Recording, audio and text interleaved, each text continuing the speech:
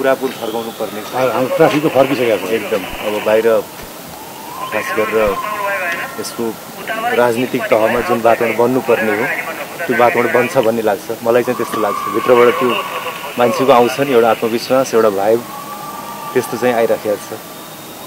सुधार हुन्छ नै भन्ने लाग्छ। अनि ट्राफिक पूर्ण रूपले हाई मोरललाई छ। किनभने अब देश बचाउनुपर्छ नि। जे छ यसबाट फेरि जगेर नगरेर अगाडि बढ्ने नै हजुर गर्छौँ। जगेर नगर्नलाई ठाउँ राखिदिएको छ, पुरै कोल्याप्स भएको छ। त्यसैबाट जगेर नगरेर अगाडि बढौँ। अब मनोबल चाहिँ उच्च राखौँ। आशा अब हतोत्साही भएर पनि भएन हजुर। हामी आफ्नै हो, कुनै विकल्प छैन हजुर है। गर्छौँ। माथि अब सम्माननीय ज्यूले भनिसक्नु भएको छ, उहाँले एउटा अभिभावकको भूमिका खेल्नुहुन्छ। कसैलाई पक्षपात गर्नुहुन्न, राजनीतिक तहमा पनि कसैलाई पक्षपात गर्नुहुन्न। अरू चाहिँ अब सुरक्षा सङ्गठनमा, ब्युरोक्रेसीमा कहीँ पनि अब पक्षपात नगरिकन स्वतन्त्र निष्पक्ष चुनाव गर्ने हो। स्वतन्त्र निष्पक्ष चुनाव भयो भने मलाई लाग्छ राम्रै राजनीतिक शक्तिहरू नै उदाउँछन्। जुनसुकै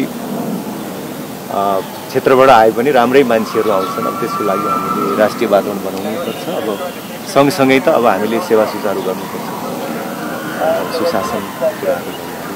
पहिला त अब सेवा सुचारू हुनु पर्यो, मिनिमम कुरा नै गर्नु पर्यो होइन। अब सेवा सुचारू गरिसकेपछि अलि बिगर पिक्चरमा हेर्नु पर्यो। अब यसैलाई कतिपय ठाउँमा होला, कतिपय ठाउँमा फेरि भत्काएर पुनर्निर्माणै गर्नुपर्ने पनि होला।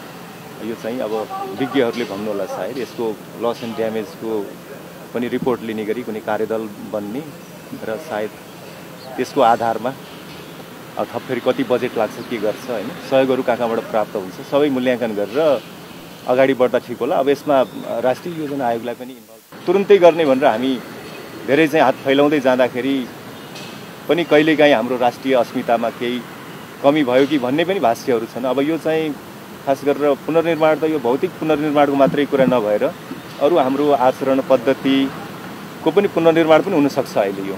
त्यस कारणले अब यसलाई अलि हामी सबै कुरा हेरेर मलाई लाग्छ यो स्टेक होल्डर सबैको यसमा आफ्नो विचारहरू आउँछ, त्यसपछि अगाडि बढ्छौँ।